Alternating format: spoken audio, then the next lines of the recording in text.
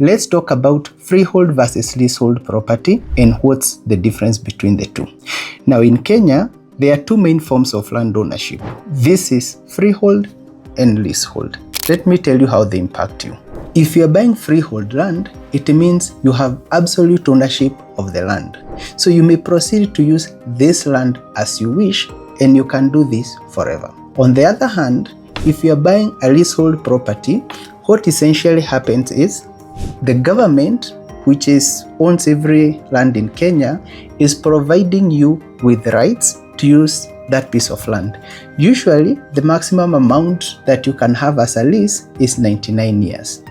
After the 99 years are over, you either decide to renew the lease, or if you don't renew the lease, it goes back to the government.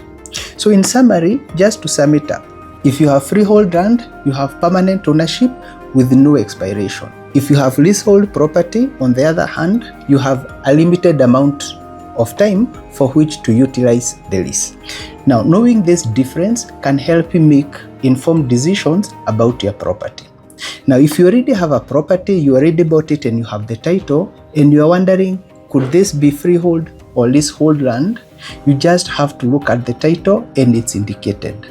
And if you are unable to find the section for which is indicated, give us a call. And what we shall do once you give us a call, we'll ask you for a copy of the title and we shall be able to show you whether it's freehold or leasehold land.